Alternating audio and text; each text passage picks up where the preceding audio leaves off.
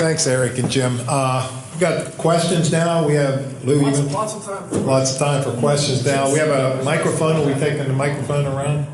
Or are we going to speak? Microphones here, isn't it? Okay, we have one over here. Dave.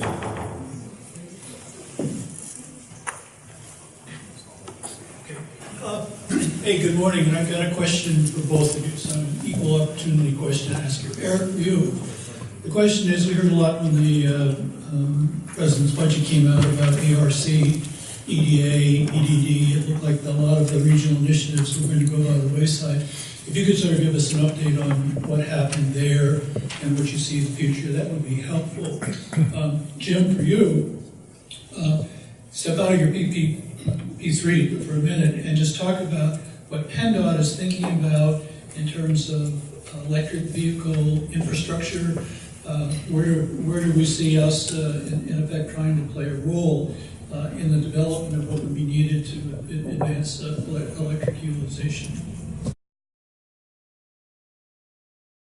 I will say this, the Congress could not have more emphatically rejected the President's proposals than they did with this recent omnibus package.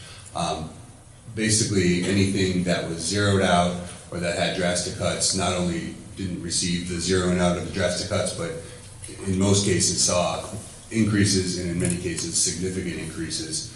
And part of the reason that this package came to fruition, frankly, is, as I mentioned, 2010 was sort of a high watermark, and Congress has sort of been squirming under the sequestration restrictions since then, and looking for a way out, both for military spending, but also for domestic spending, for non-military spending.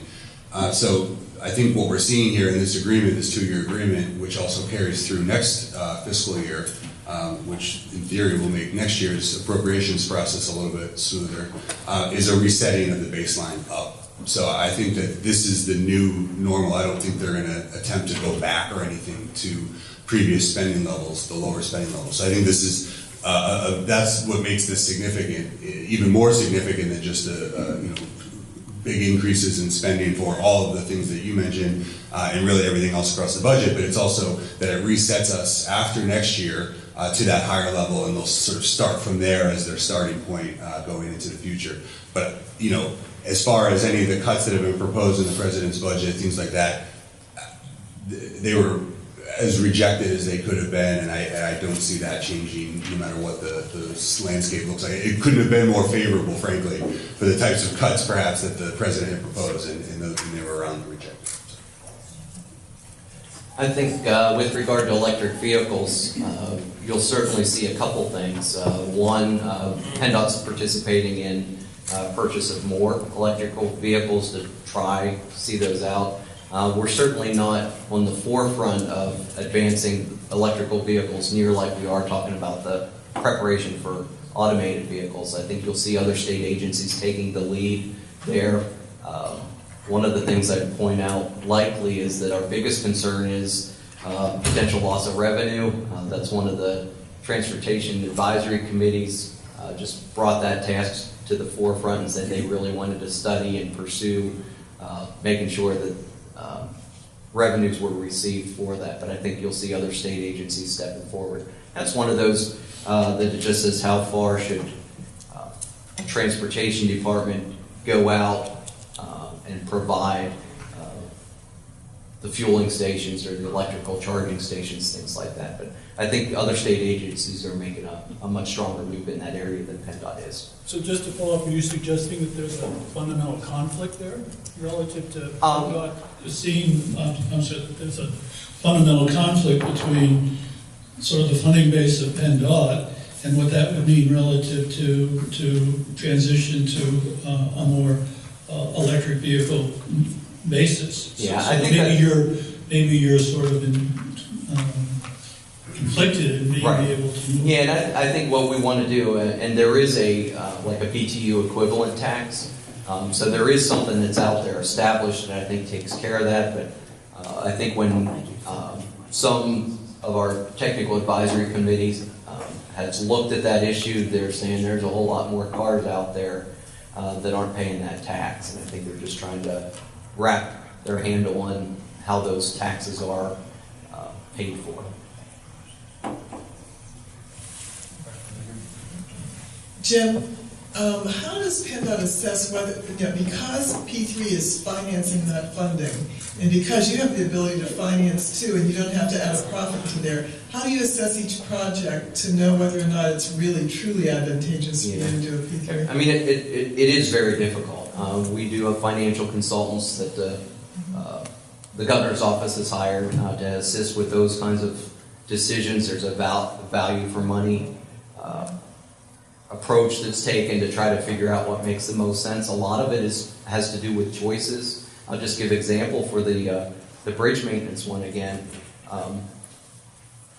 There's a pretty large financing component to that, and part of the reason is if we're holding our development entities feet to the fire on maintaining the bridges for 20 years, we need to have a financial hook into them. So part of it was built with a larger financing piece perhaps than maybe we would have originally thought practical, but you need to have that hook to be able to hold a contractor accountable throughout the life of the project. So it's a lot of trade-offs and a lot of considerations. I have a question actually for all three speakers. Is there anything, Doug, in your numbers that we should use to drive our thinking about transportation policy? And is there anything that you heard in what Doug had to say that makes you want to think differently or in a new way about our transportation policy? Thanks, Jonna, my old colleague. Old, speak for yourself. My previous colleague. Along with Joe Grata.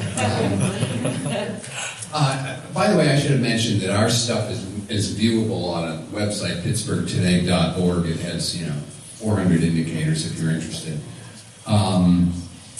That's a good question. I mean, we have transportation as one of our 11 categories.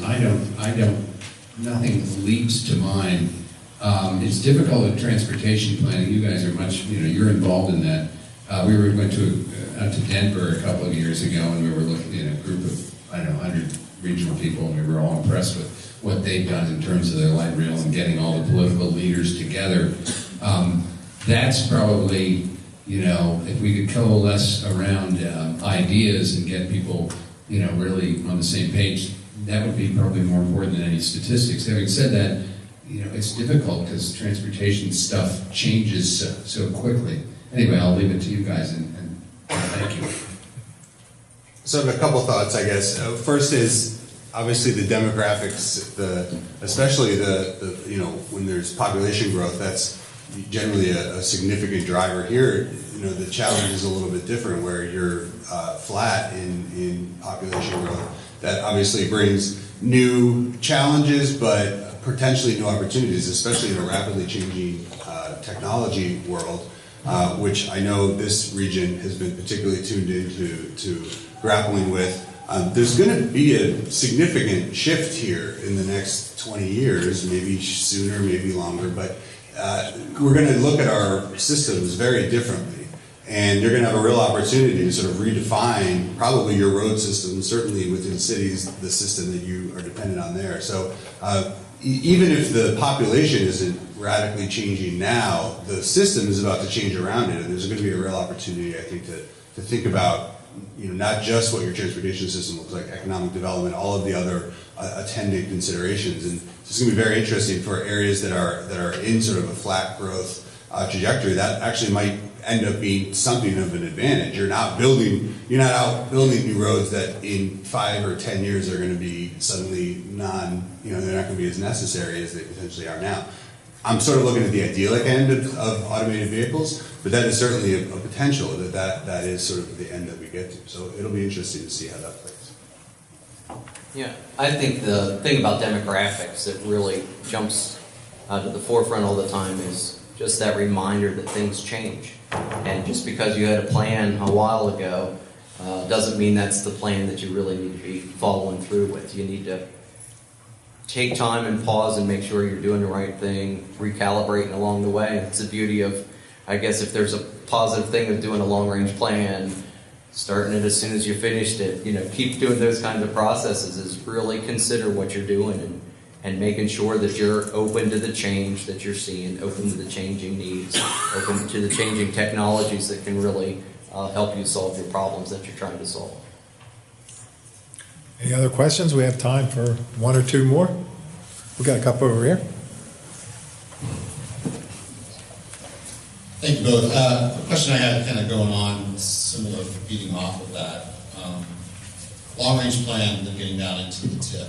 Projects from that perspective. Times change, priorities change, that sort of thing. Do you have any recommendations in terms of how to look at that list of projects with an eye towards the future and frankly the present, different than maybe they were looked at in the past?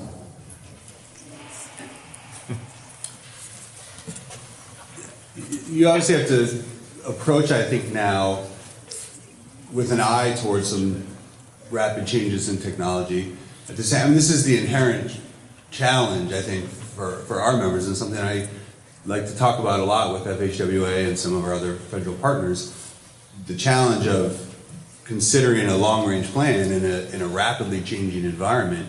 I mean, you put your name and a date on a document and say, this is what our best assumptions are about what's going to happen, knowing full well that in 5 years, that could, or 2 years or a year, who knows? We don't know where this is all going, but that's going to rapidly, that could be totally thrown out the window. As for what projects you're looking at, I think you need to proceed to some extent, not too radically differently than you had been, maybe with some greater eye toward maintenance. I think that's probably been the focus around here for a while anyway. If there are transformative projects that are major projects, those are hard to come by, but they still probably have that same transformative nature. But thinking about, because what we're hearing more and more, and I think this is the right path from the manufacturers of of potential automated vehicles, is all we really need are well-paved roads with good good striping. Well, if that's the case, that we can work on. We can work toward that. If we're talking about radical new infrastructure, well, that's going to be a different game. But I don't think that's the way it's going to go. The companies that are going to produce these vehicles know full well that if they have to wait for public investment into something, that's going to be a much bigger challenge. So they're going to work within the current confines. And so if it really is that focus toward better maintained roads, better striping, that's something certainly to keep in mind. But you still have to also proceed along a path that you're getting projects done that need to be done, not knowing what the timeline on all of this is as well. I think one of the things that we at PennDOT have really focused on is the TIP. 12-year program to some extent, but the long-range transportation plans are pretty much on MPO, RPO's shoulders themselves. So I think the change that we have under Secretary Richard's leadership is a conversation about PennDOT Connects, a conversation about truly understanding what a community's vision is and how that fits from a long-range transportation plan into a 12-year program, into a TIP. So you're going to see each of our district offices much more involved in that long-range transportation planning process than you have in the past. And I think that's sort of the change that we see, is by better being aware and understanding what the community interests and needs are, that's going to drive some of the conversation. Certainly anytime you have a PennDOT person in the room, they're going to say, I got to fix my roads and I got to fix my bridges, and that's always going to be the focus of what we have, because it's got to be taken care of too. But I think how that context and prioritizes within a community context, you'll see change. We got time for one more. Did I see the gentleman back there? My question's for you, Jim. I was just at the announcement the governor had for the $35 million for the broadband expansion. Sure. And I wasn't sure how many SPC counties would be involved in that, and if it's coming through your office or how far defined it is. Yeah, I mean, I would certainly say Southwest has some areas that don't have that broadband access right now. And again, how PennDOT was able to come to the forefront with a potential funding source through our Pennsylvania Infrastructure Bank was saying, hey, we know that in the future, because of automated vehicles, we need to invest more in broadband. We know currently, because of our intelligent transportation systems and the coordinations that we have between our facilities, we need that broadband access. So is there a way that we can come together as a team by leveraging some of the resources we know that we'll have to bring to the table, and how can that help with a private firm who's looking towards leveraging some additional areas for broadband? So that's pretty much the matchmaking, and the marriage hasn't taken place yet, but it's the offer to say we have up to $35 million available to help leverage some of the bids that are going in to try to access some of that federal money, $2 billion for broadband. Okay, that brings us to the conclusion, and we certainly thank Eric and Jim for their information and for the panel, and we appreciate it. So let's give them a round of applause. They'll be around.